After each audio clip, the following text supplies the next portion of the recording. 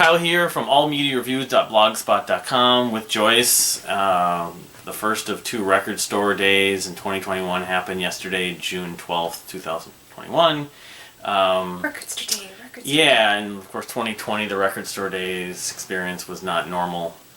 So we can tell our stories and show some items, but we can just tell you off the bat, we really only purchased, between the two of us, 1 item that was a record store day item. So sad, but 1. Yeah, so I guess you want to just show the music or tell the stories or kind of both at the same time. But we can start with both. So originally on my list I had the Prince album that was scheduled to come out. The Truth, I guess. The Truth. Yeah, I got that. I also had the Kenny Loggins at the Movies, was also on my list. We did see that, but we didn't get it. The Robert Palmer, which that is the item that we did We get, can show or that, I got. Yeah. So Yes. you can show Robert Palmer. This this is at Garda Records in St. Paul off University. Yes. We did go. So this is the album. It is Robert Palmer, Sneaking Sally Through the Alley. 1974 release. It's early Robert Palmer. Yes, this is his debut. This is Robert Palmer's debut. And I can't say that I've heard this entire album. I have not. But as I've gotten older and I'm now going through the back catalog of my most favorite artists. And R.I.P. Robert Palmer. That was a sad day when he passed away. I distinctly remember that. 2003. I'm really surprised that there isn't a formal website. I was trying to look on Google and didn't find very much of an actual website that was dedicated that looked legitimate and looked well up to date. Which, once again, I mean, there's still releases coming from his catalog, so you would want to promote that. But yeah, Steve Winwood is on this album. What was his name? Lowell George. Lowell George. Okay, yes. Yeah. And Alan Toussaint. From Little Feat and Alan Toussaint from, I should know, but yes, New Orleans jazz. Yeah. Yes. This was the Steve Winwood post Traffic and Blind Faith, really early in his solo career. So. Yes. And of course, the exceptionally cool thing is that it comes on the green translucent colored vinyl. So very nice. Mm-hmm. That's great. So those are the 3 items. You got the 3 items from Record Store Day. The items I wanted, I did a video of last week. Well, I just want to quickly add that I ahead. did see the live Donny Hathaway, which for some reason I didn't see that when I was looking through the Record Store Day. As we know, the Record Store Day list but I passed on that. I did not does get get that. updated. They post it initially and then it gets updated. Right. I'm not a huge fan of live recordings. I have some, but the majority of the ones that I do have, I could count on one hand. And indeed, it's probably from my top 5 artists are the only ones that I actually have live albums from. Otherwise, overall, I don't enjoy live recordings. Donny Hathaway's not in that list, but no, he's not on that list. But, yeah. Great artist. Yeah. Yeah. But not 5, not top 5. I'm sorry, Yeah. he's not in my top 5. He's a great artist. I do enjoy his music, but no, not in the top 5.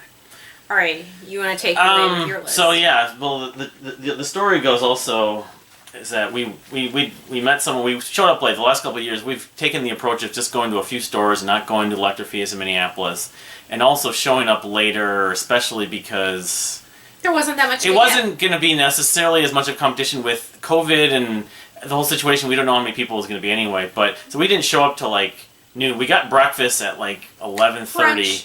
Brunch per se that we do, and then which was delicious. We went to Garda Records. Garda has nothing to do with records. The reason why I wanted to go to Garda, I didn't know this until is the 2 King's X albums are going to come out in July. I thought were coming out yesterday, and also the Steven Wilson remixes of Ultravox's Vienna also got pushed back to July. So it was kind of nonchalant when we showed up at 12:15 at Garda. So. That just means that next Record Store Day, July 17th, it's a little month, next month, Saturday, yep. We need to be there at the crack of dawn if we're going to have any chance of getting the things that we are searching. And my list is lengthy as well as, All right, Kai's list is lengthy. So we just my list, yeah, the King's X stuff. I have at least 7 items, possibly more, so... So we just did some record browsing. I mean, I looked through some of the records today. I did see the Emerson, Lake and Palmer Tarkus, but I was on the fence about that, and I didn't get it. The Warpaint record was already sold out, so I didn't get that. The remix of The Fool. And there was like one or two other items. The Vast album, Music for People, also was sold out. So I was just looking through stuff, and I saw, this came out a few years ago, the first Dream Theater live album, it's live in Tokyo, or live at the Marquee, rather, in London, which is a music on vinyl release. Live.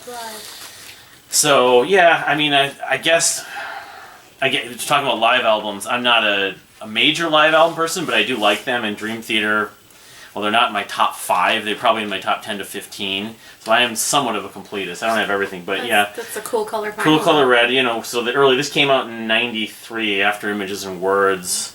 This album, I'll show the cover in just a minute, is probably noteworthy for a couple reasons. For one, it has 2 tracks that didn't ever get recorded on a studio album. Here's the track list. Most Dream Theater fans know this, although not all the recent ones necessarily. Bombay Vindaloo, which is an instrumental, features John Mayung, the bass player, mainly. And then, I'm wrong about that. I know there was a version that had To Live Forever, or at least there were some live shows that they played To Live Forever. But anyway, it has Bombay Vindaloo, which is...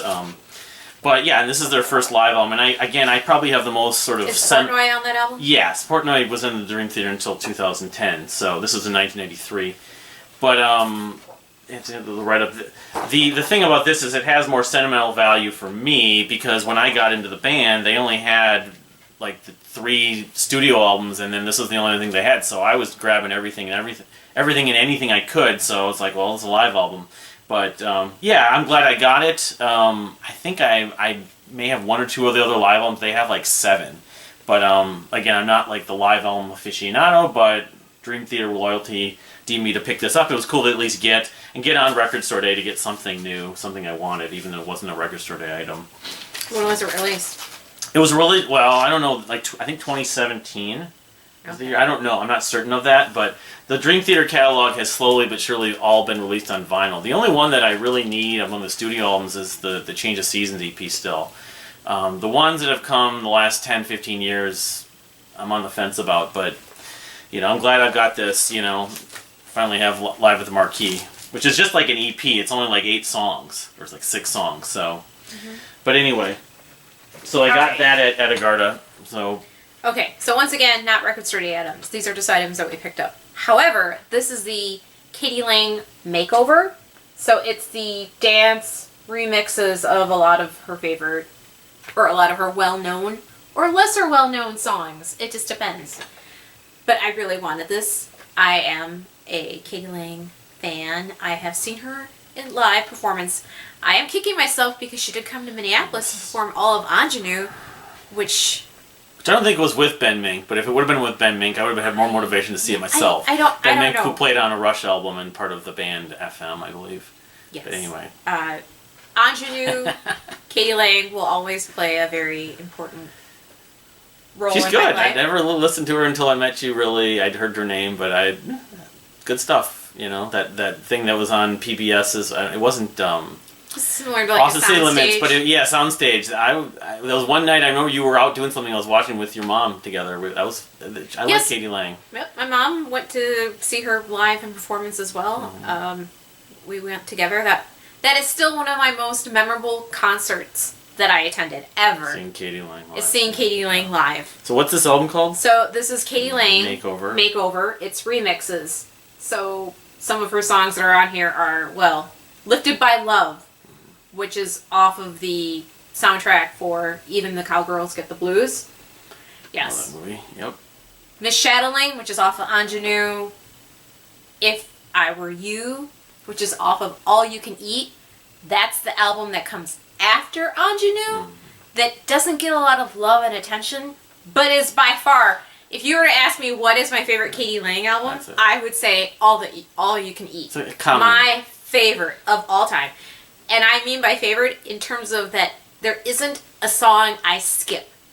Once again, just as like I don't enjoy live recordings, I have my top 5 artists. Those are probably the only live recordings I have.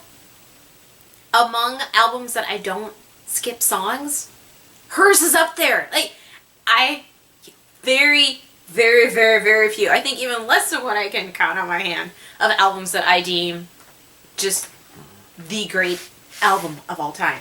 And of course, once again, this comes in a nice, pretty color. When did this come out? How long ago? This just came out in June. This is also so to coincide with Pride. Happy Pride, everyone! Yeah. So people know Katie Lang. Know that she does. Yeah. So it's in this translucent blue color. It is a double disc. Yes. Must be high like 180 or 200. Because how many tracks are on there? There's only like 10. Let's see. Yeah, there's. Let's see. 1, 2, 3, 4, 5, 6, 7, 8, 9, 14. 10, Well, all right. 14 songs. Oh, but a lot of them are remixes. It's over 40 minutes probably though, so that's why.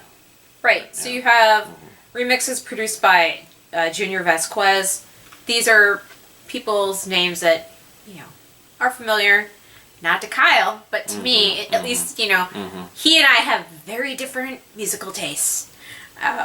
So and it shows. But yes, in honor of Pride Month as well, this was to coincide with that. So I love the cover, but I also love these songs. You could get these songs if you were to try to hunt down all of her vinyl singles that were ever released. And I've come across a few of them, especially at Cheapo, but they're hard to come by. They're not easy. So it's nice that they're all together in one. Very similar to like the Nesmith Lost RCA recordings. Different off topic. I understand. Right, which I did show another video or something maybe. Perhaps. Yeah. But the point is that it's all these house dance remixes that were released. You wouldn't think Katie Lang house or dance, but yes. So. But the LGBTQ community does appreciate their dance in house music, so. Okay. Yeah. All right. Not all. Can't categorize, no group is a monolith. I was just going to say, it's a classic case. You're talking about your favorite record that came after Ingenue, where it sort of gets the short shrift because the fact Ingenue did so well. It did so well. And then high so expectations. Awards, It's a disappointment to some people. And it shifted sound. And it doesn't give as many sales. Ingenue was very... I can name many artists that's happened with. A bit dark, but it was really all about unrequited love. There's many not examples a whole lot of happiness. that happens a lot. So yes.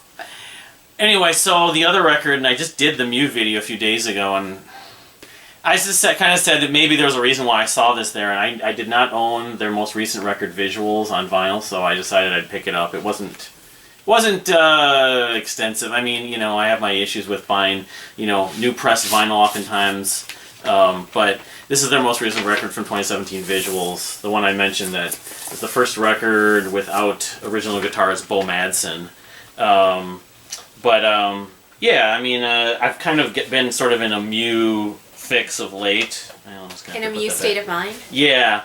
Not largely, but partly to do with, I've been talking to some people on the podcast, and I might mention some stuff about that soon. But anyway, I mean, it has some songs I like. I'm liking it a little more after listening to it the other day, but my go-to track is Twist Quest, which features the saxophone work from Denmark, because Mew's from Denmark, Denmark's own Jazz Kamikaze, who some people have compared some of their music to, like, Mew doing, like, with saxophone and jazz. So, anyway...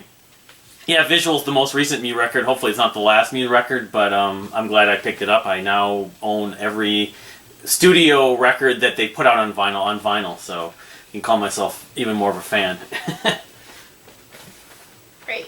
So the next item that I did pick up... So that was this is still at Argarda. This is still Argarda Records, yeah. No, this was at Barely. Okay, so then we went to Barely Brothers, we were still looking for some stuff and figured we'd go to another record store. And Barely Brothers and Argarda Records are literally like half a mile away, so it's really convenient. Yes, they're very close to each other. And they have different inventories, oddly enough. They do. Even though some of them are similar, but... I think that they cater to different crowds, which makes it nice so that you could go to both stores, you can hit up both stores, and you're going to find a different selection at each. Just watch your budget a little bit, but... As any time you go record store shopping, you should watch your budget. Yeah. So this is Interstate Managers by Fountains of Wayne, which this is my favorite Fountains of Wayne album. This is my only second group that I love of all time. And if you don't know who my first group is, you'll find out next. Technically, I mean, I guess. But R.I.P. Some people call Hall & Oates a band, but I call Hall & Oates a duo. It's two people. Not that they're not a band. But they're But you consider them a band. They're number 2 behind the all well-known number 1. Yeah, the well-known number 1, which will be featured extensively in Record Store Day number 2. Yep. And I'm looking forward to that. Well, we can elaborate on that in a minute. Yeah, but right now I'm going to focus on Interstate Managers and Fountains of Wayne. This is the band's most well-known album, commercially successful. Yes, Stacy's mom is on here. I don't mind that song. To me, it's not as annoying as, say, other songs, I guess, from other artists that I know that get played over and over again. Yes. So I'm okay with it. Gatefold, it looks like. Yes, it is a gatefold, yes. So, as you can see... Maybe I can see the whole thing. There we go. I know. So, this also came out on a black swirl vinyl, which was also, I think, like a limited 3,000 edition. This is on red, which is beautiful.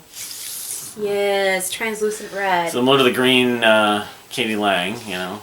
Yep. You mean the translucent, like, bluish teal color? Yeah. Yes. So. But R.I.P. Adam Schlesinger, who we sadly lost to COVID-19. So let us be mindful that we lost a lot of people but to this pandemic. It stands out in some ways for you. Yeah. My favorite song off of this album has got to be Haley's Waitress. Show the track list. Yes, here's the track list. People are all interested. Haley's Waitress? Yes, Haley's Waitress. Also, you have Robert Randolph. As I mixed up his name. Yeah. Family band. Yeah. Yes, he plays on this album as well. So that is great. He plays on "Hung Up on You," which sounds very country-ish. Not like, you know, what you would anticipate or expect from Fountains of Wayne, but yes. You get all the lyrics on the little jacket and stuff. And, no, the song lyrics are on the jacket. And it's a double, so. Yes, it is a double. Yeah. But it's my favorite album of theirs. I miss Adam. He worked on so many things. I'm not going to expound on all of the things that he's done in his career. But yeah, it's not just perhaps music. Another. I mean, there's been music. tributes. They've done more recent tributes, but he will be sorely missed. And he had a pretty prolific career, but yes, he probably had a lot more music to contribute. So that was at Barely Brothers. So I picked up a couple little things at Barely Brothers, not really seeking them out, but this is in the bargain bin. This is a band called Memory House, a band from Canada. This album is called the Slideshow Effect. Came out like 2013. I heard their music on locally Radio K, the college station I know, a few different times. I was still listening to Radio K back then. I haven't really been listening to them now. It's just a standard black. But it was in the bargain bin for $7. I would describe Memory House sort of as they're like considered like chill wave, or I think it's chill wave, but they have a pop and of course the sort of college alternative indie sound to them. The other thing about them that's sort of noteworthy from you and my friend John's perspective is their singer, the female singer, reminds me a little bit of Zooey Deschanel's vocals from She and Him, but I actually don't like Zooey Deschanel's vocals. I like the way the singer from Memory House. And I like She and Him. Yeah. Her name is, I like I'm looking up the members, Denise Nuvian. Because it's really actually a duo. I think it might be like a husband and wife, Evan Abil and Denise Nuvian.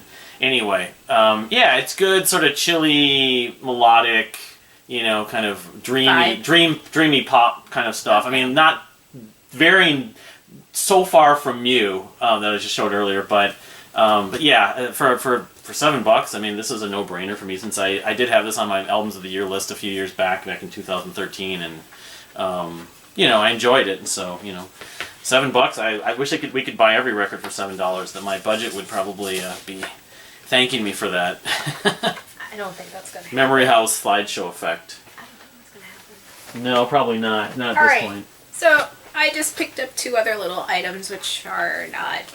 Yeah, you know. While we were at Agartha, they have a back room where there's the bargain bin stuff that they're trying to get rid of. So this was just $1. $1.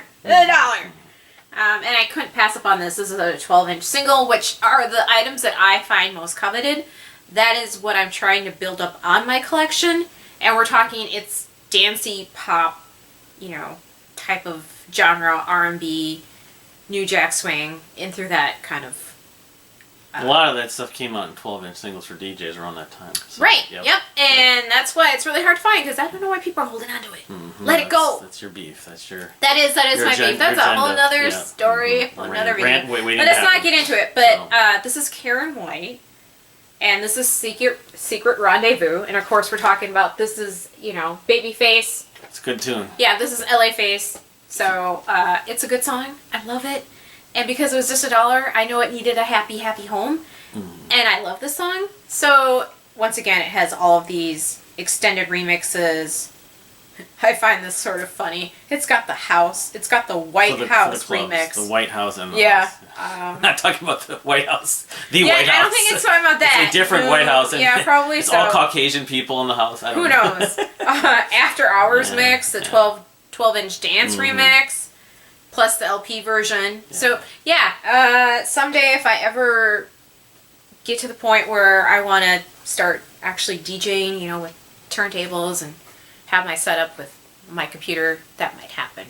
Maybe. That would be, even one-time deal. That would be fun to do. Yeah, it'd be fun to do. That's a possible hobby that I should maybe venture into at some point. Maybe at the point where we don't have full-time little work money required to pay our bills, but yeah. Well, I mean, there are people who do it on YouTube now. That's true, and on Twitch also. You can do it potentially that way. Right, but there's a woman who does New Jack Swing, and I forgot her name. I just started watching her. Oh, because she was recommended to me on Facebook, on social media, and she does some incredible stuff. She is African American. She spins. She even dances. She jams out when she's playing, but her stuff is good. Our memory is starting to go down, so we gotta kind of wrap this up. So the last item I got was just the 7-inch single, not even artwork, from Eddie Money's "Walk on Water." Most notably because Kevin Gilbert, or as he was known in Eddie Money's band, Kai Gilbert, does play on this, I believe, because I have the full-length album that came out in '87. He played on, which I'm forgetting the name, the Eddie Money record. But I think I'll do is probably put this inside that actually 12-inch. Record when I get the chance. So, but yeah, it was just whatever, $3. $3 is a little more than mine I normally pay, but it is my favorite musician of all time, Kevin Gilbert, on Eddie Money's "Walk on Water," and the B-side is "Dancing with Mr. Jitters," which I imagine he's on that as well. I don't even know that song. Okay, so quickly, you're gonna hear a lot from me talking about this band next Record Store Day, and this is number 1. So this is the Monkees. It's Nice to Be With You with back-to-back D.W. Washburn. I saw it once again, just like the Karen White single, it needed a happy, happy home. And it didn't really cost that much money. But because it has a jacket, and I'm fairly certain that I probably have this already in my collection, it still needed a happy, happy home. Well. But yes, so that wraps up pretty much what we got. Spares. So. I don't know if you want to say anything about Record Store Day number 2. The King's X Records, Tapehead, Please Call Me Mr. Bulbous, and especially Manic Moonlight are the highest priority for me. We're gonna try lining up as early as we can at Agarda, probably on July 17th. The other stuff like the Ultravox remix, there's a couple other items. You have the Monkees Missing Links. Yes, I have the Monkees Missing Link series, which will also come out in different colored vinyl. They're being released. Each album has 2 different colors for each vinyl. So that's gonna be crazy. That, and then Mayor Hawthorne's Impressions. Yep, Mayor Hawthorne. 1,000 copies of that. That's coming out. Hall & Oates, my other favorite band / duo, as you pointed out. It's the Voices. Yep. Voices will be reissued. And the Amy Winehouse will be coming out as well. That's 13,000 copies, so hopefully we'll have a chance to get that. I I'm sure might get the John Anderson Elias Since Hill 1,200 copy.